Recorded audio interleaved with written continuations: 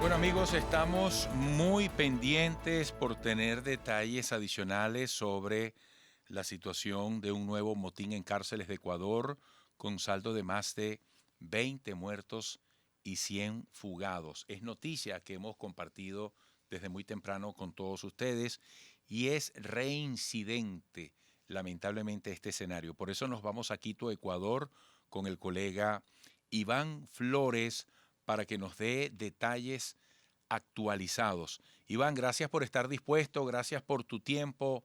Buenos días desde Caracas para América. Cuéntanos, por favor. Eduardo, un saludo cordial y un abrazo para la amplia audiencia de A Tiempo en toda Venezuela y América Latina. Lamento dar malas noticias nuevamente desde Ecuador. Como tú ya lo has anotado, una nueva masacre carcelaria, la sexta desde el 23 de febrero de 2021. Pareciera que en Ecuador de facto se ha decretado la pena de muerte porque las cárceles no son territorios controlados por el Estado. Me duele decirlo, pero esa es una realidad muy dura. En las cárceles coexisten varias realidades dramáticas que por lo pronto dejan un saldo fatal de 340 muertes, 340 asesinatos. El último, Eduardo, que se produce en una ciudad de digamos, la sabana del Ecuador, en Santo Domingo de los Áchilas, ha dejado 44 asesinatos. Fíjate algo, Iván. Ecuador tiene claro el por qué esta reincidencia, el por qué este descontrol que tú calificas de facto como una suerte de pena de muerte. Claro que sí, Eduardo. Todos los diagnósticos están dados por organismos nacionales e internacionales. En años precedentes, Ecuador fue escenario de enfrentamientos de los macabros embajadores del cartel de Sinaloa y del cartel Jalisco Nueva Generación. Bandas criminales locales que en un momento dado estuvieron al servicio de estos carteles, ahora pugnan por convertirse en micro y pequeños carteles ecuatorianos de la droga. Y esto genera una situación de violencia dentro de las cárceles y también fuera de ellas. Pero hay un detalle muy importante.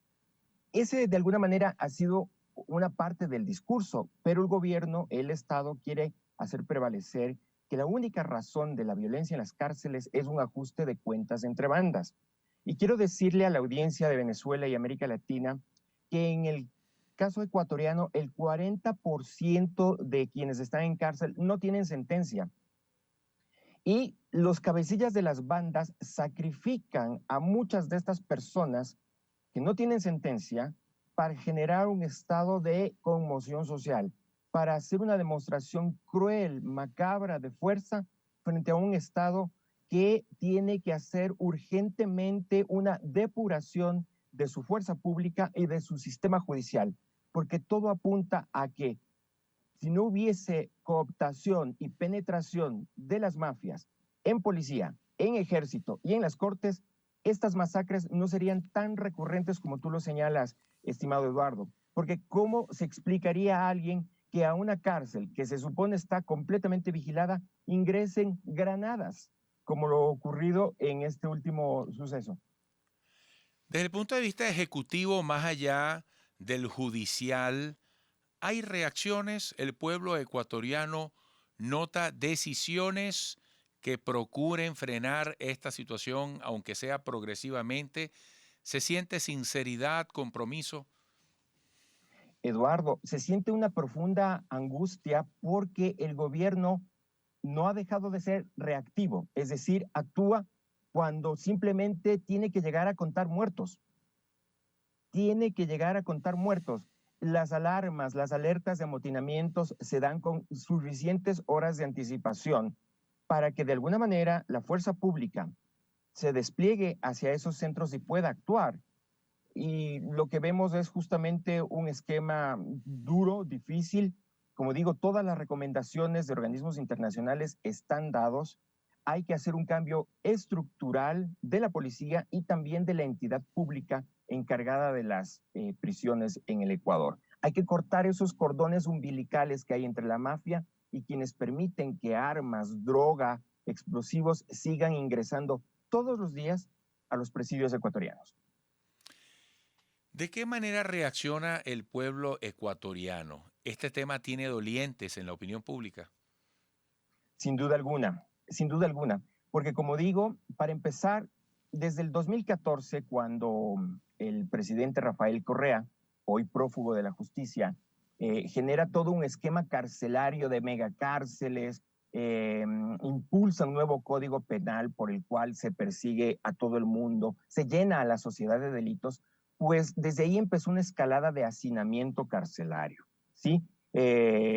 Con cifras récord sobre los 40,000 personas privadas de la libertad. Acá la justicia ha abusado de una figura que es la prisión preventiva. Se pide prisión preventiva para todo.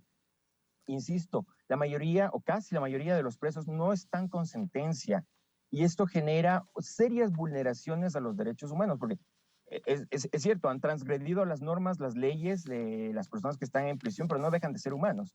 Y esas vidas son responsabilidad del Estado. El gobierno del presidente Lazo ha tratado sobre la marcha de hacer algunos cambios, ha tratado de endurecer, digamos que las direcciones de control de estos entes estatales, pero por ejemplo, al frente del sistema penitenciario está un policía, lo cual de alguna manera riñe con los protocolos interamericanos sobre la materia. No hay trabajo de inteligencia preventiva, no hay un real ejercicio de reinserción social y aquí obviamente la academia ha dado muchas luces de qué es lo que se pudiera hacer. Hay una tesis que apunta a concentrar a los cabecillas más peligrosos en una de las cárceles de máxima seguridad que había en Guayaquil, en la ciudad costera principal del país. Lastimosamente, cuando empieza el traslado, el gobierno se da cuenta que en esa cárcel estaba sembrada de armas, Sí, sembrada de fusiles, y otra vez sí. empiezan estas espirales de violencia. Bueno, Iván, se agotó el tiempo. Agradecidos y vamos a mantenernos en contacto. Un gran abrazo a los ecuatorianos en medio de este capítulo doloroso. Hasta pronto. Saludos, Eduardo. Iván Flores, periodista ecuatoriano. Volveremos.